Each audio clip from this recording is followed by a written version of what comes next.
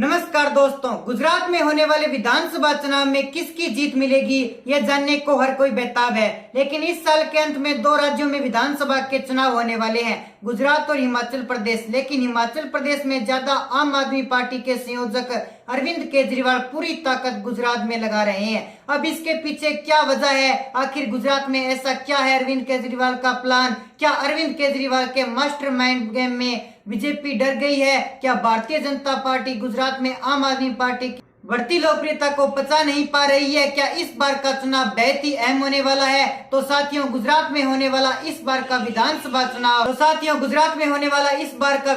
चुनाव बेहद ही अहम होने वाला है। गुजरात में पहले तो सिर्फ कांग्रेस ही थी जो भारतीय जनता पार्टी को टक्कर दे सकती है, लेकिन अब बीजेपी को कांग्रेस से ज्यादा तो आम आदमी पार्टी सीधी टक्कर देने के लिए मैदान में उतर चुकी है। अब आने वाला भविष्य भी आम आदमी पार्टी के लिए कैसा रहेगा? कितनी सीटें मिलेगी? क्या आम आदमी पार्टी को गुजरात में जीत दर्ज करने में कामयाबी होगी या नहीं? ये आंकड़े भी इस वीडियो के अंदर आपको बताएंगे। तो उससे पहले आप हमारे बता दें कि गुजरात की राजनीति पर पहली नजर रखने वाले राजनीतिक विशेषज्ञ डॉक्टर जय शाह कहते हैं कि आम आदमी पार्टी गुजरात के लोगों को अच्छी लगने लग गई है। उसका कहना यह भी है कि इससे जल्दीबाजी भी नहीं होगी।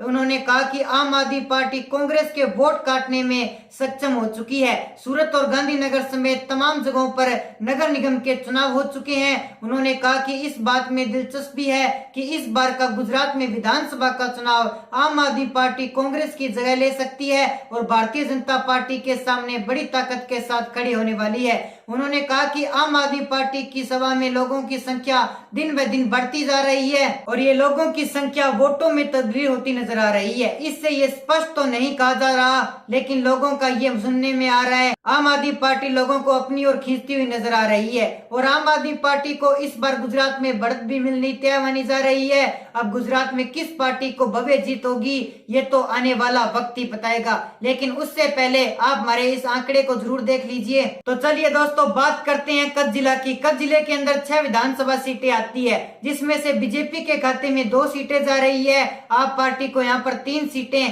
कांग्रेस को 1 सीट और अन्य बची पार्टी को यहाँ पर कोई भी सीट जाती हुई दिखाई नहीं दे रही है। अगले जिले की बात की जाए अहमदाबाद की, तो अहमदाबाद के अंदर 21 विधानसभा सीटें आती है, जिसमें से बीजेपी को 9 सीटें, आप पार्टी को 8 सीटें, कांग्रेस को 4 सीटें और अन्य पार्टी यहाँ पर भी 0 सीट हासिल कर रही है। अहमदाबाद के बाद बात की जाए मोरबी जिले की, तो मोरबी जिले के अंतर्गत 3 विधानसभा सीटें हैं, जिसके में बीजेपी को 2 सीटें, आप पार्टी को 1 सीट और बाकी बची कांग्रेस और अन्य पार्टी को यहाँ पर 0 सीट हासिल हो रही है। इसी के बाद मोरबी जिले की बात की जाए सूरत जिले की, तो यहाँ की 16 विधानसभा सीटें हैं, बीजेपी को 3 सीटें, आप पार्टी को 10 सीटें, कांग्रेस को 3 सीटें और अन्य बची पार्टी को यहाँ पर 0 सीट हासिल हो रही है। अगले जिले की ओर बढ़ते हैं तो बात की जाए डांग जिले की। डांग जिले के अंतर्गत 1 विधानसभा सीटें आती है, जो कि कांग्रेस पार्टी के में जाती हुई दिखाई दे रही है। बाकी पार्टी को यहाँ पर कोई भी सीट नहीं जा पा रही है। अगले जिले की बात की जाए द्वारका जिले की,